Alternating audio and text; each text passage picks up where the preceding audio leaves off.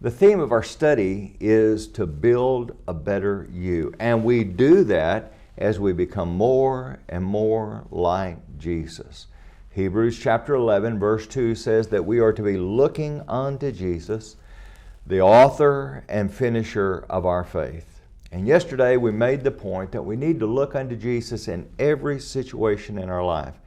We need to look unto Jesus when our lives are falling apart and we realize that there's nowhere else to go. What a blessing to be in such a crisis that we realize we have nowhere else to go.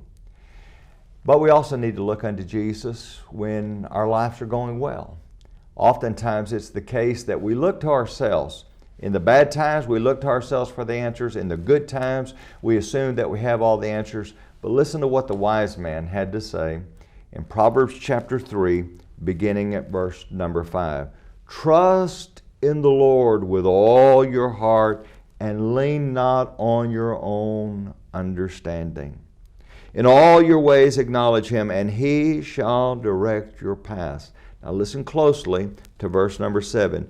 Do not be wise in your own eyes. How many times have we had the attitude, oh, I've got this figured out. I don't need to check with you, God. I know what's right.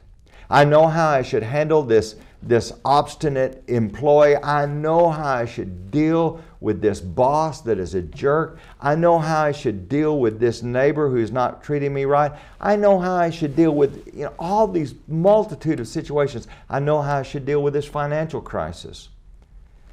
Don't be wise in your own eyes. Here's the reality. You cannot dare take one step alone.